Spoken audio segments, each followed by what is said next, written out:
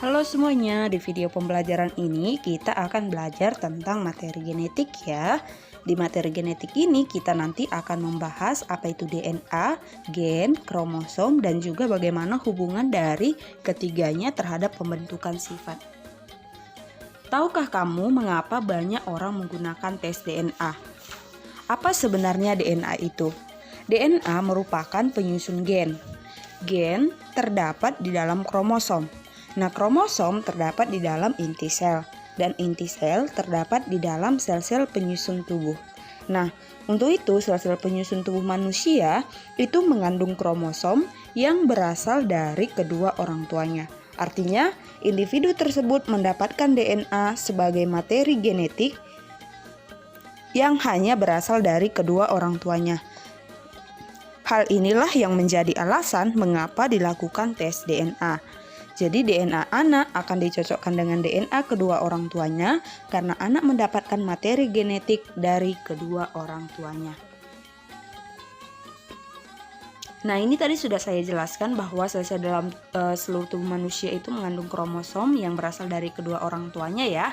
Nah, tadi juga sudah saya sampaikan bahwa individu itu mendapatkan DNA hanya berasal dari kedua orang tuanya. Nah, hal itulah alasan mengapa banyak orang menggunakan ataupun melakukan tes DNA.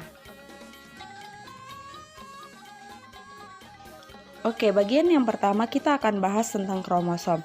Istilah kromosom berasal dari bahasa Yunani, chroma artinya warna dan soma artinya badan. Pertama kali ditemukan oleh W. Weldeyer pada tahun 1888. Nah, kromosom ini adalah penebalan benang-benang kromatin ketika pembelahan sel terjadi. Nah, kromosom disusun oleh asam nukleat dan protein. Kromosom ini ada dua jenis, namanya kromosom autosom dan kromosom gonosom.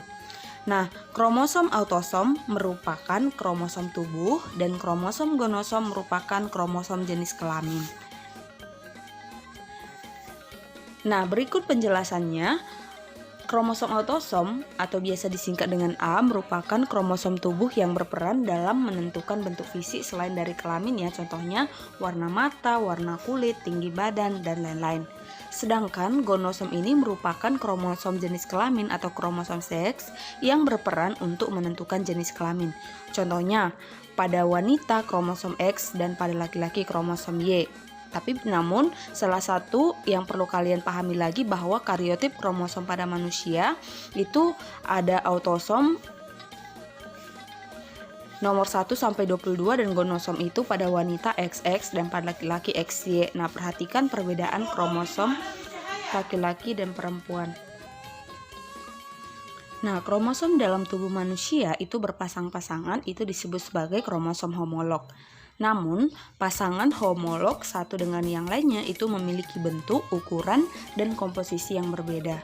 Jumlah kromosom sel tubuh pada pria seperti yang pada gambar tadi ya, yaitu 22 autosom tambah gonosom X dan Y. Biasanya disingkat dengan 22 AA tambah XY atau 44A tambah XY. Nah, sedangkan jumlah kromosom sel tubuh pada wanita 22 pasang autosom ditambah XX atau biasa ditulis dengan 44 buah kromosom ditambah XX. Jadi, jumlah sel pada setiap tubuh adalah 46 buah kromosom atau 23 pasang kromosom. Sekarang kita akan bahas bagian-bagian dari kromosomnya. Oke, kromosom itu punya beberapa bagian yang berbeda. Bagian yang pertama itu namanya kromatid. Perhatikan gambar yang ada di samping ya. Kromatid itu merupakan bagian dari dua lengan yang merupakan hasil replikasi kromosom. Jadi ada lengan kiri dan lengan kanan itu disebut sebagai kromatid. Nah, yang kedua, bagian dari kedua namanya sentromer. Ya, sentromer itu adalah penghubung antara lengan satu dan lengan yang lainnya, yang satunya lagi. Ya, jadi dia itu disebut sebagai pusat kromosom atau tempat melekatnya benang spindle. Nah, bagian yang terakhir ini namanya kinektor. Kinektor ini sebenarnya adalah bagian dari sentromer. Oke, nah benang spindle ini melekat pada kinetokor selama masa pembelahan. Nah, kamu tahu nggak benang spindle itu apa? Benang spindle ini bagian yang berfungsi untuk menghubungkan sentriol pada saat pembelahan sel dan untuk menarik kromosom menuju kutub yang berlawanan pada saat pembelahan sel. Nah, seperti yang ada di gambar ya, ini ada benang kromonema atau ada juga disebut sebagai lengan kromosom, ada juga matriks, ada juga kromomer dan kromiol. Nah, ada juga di sini sentromer atau disebut sebagai kinetokor. Nah, sekarang kita akan bahas ada 4 bentuk kromosom. Yang pertama ada disebut sebagai kromosom telosentrik. Perhatikan juga gambarnya di sini ya. Kromosom telosentrik hanya memiliki satu lengan dengan sentromer yang terletak di ujung. Oke, itu dia telosentrik. Nah, yang kedua metasentrik. Metasentrik ini merupakan kromosom yang memiliki 2 lengan sama panjang dengan sentromer yang terletak di tengah. Sentromer metasentrik ini berbentuk huruf V. Oke. Yang ketiga submetasentrik. Submetasentrik ini memiliki 2 lengan yang hampir sama panjang dengan sentromernya terletak hampir di tengah. Itu dia submetasentrik. Oke. Nah, yang terakhir akrosentrik. Akrosentrik ini memiliki 2 lengan yang tidak sama panjang dengan sentromer berada di dekat ujung bagian kromosomnya. Nah, itu dia gambarnya akrosentrik ya. Jadi, kromosom setiap organisme berbeda-beda. Nah, manusia tadi sudah saya sebutkan jumlah kromosomnya itu ada 46.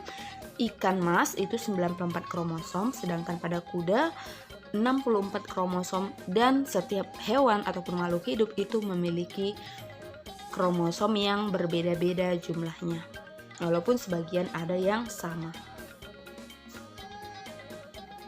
Oke, demikian penjelasan saya sekilas tentang tes DNA dan kromosom ya. Semoga video ini bermanfaat. Sampai jumpa di video selanjutnya. Bye bye.